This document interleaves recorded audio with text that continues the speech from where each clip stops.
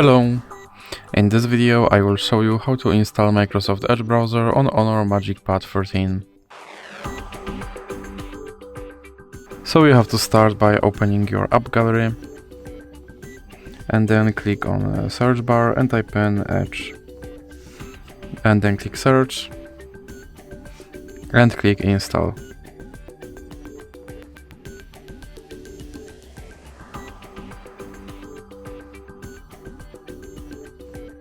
Now you can click open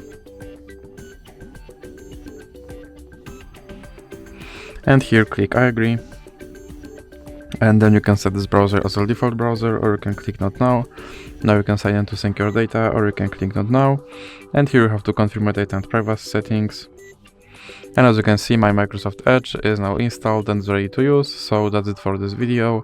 If you liked it, please remember to leave a like and subscribe.